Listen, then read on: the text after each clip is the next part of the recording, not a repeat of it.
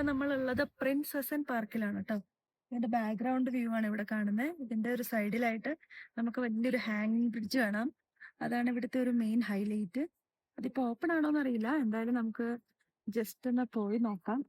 നമ്മുടെ ഇവിടുത്തെ ക്ലൈമറ്റ് ആണെങ്കിൽ നല്ല തണുപ്പാണ് കേട്ടോ. ഒരു ഊട്ടിയുടെ അത്ര തണുപ്പാന്നല്ല, എന്നാലും ചൂടൊന്നുമില്ല. നല്ലൊരു കൂൾ ക്ലൈമറ്റ് ആണ്. അപ്പൊ നമുക്ക് പോയി നോക്കാം.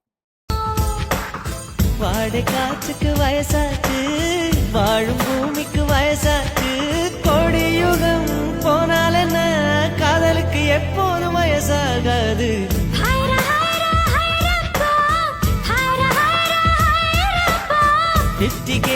താജ്മഹൽ എനക്കേ.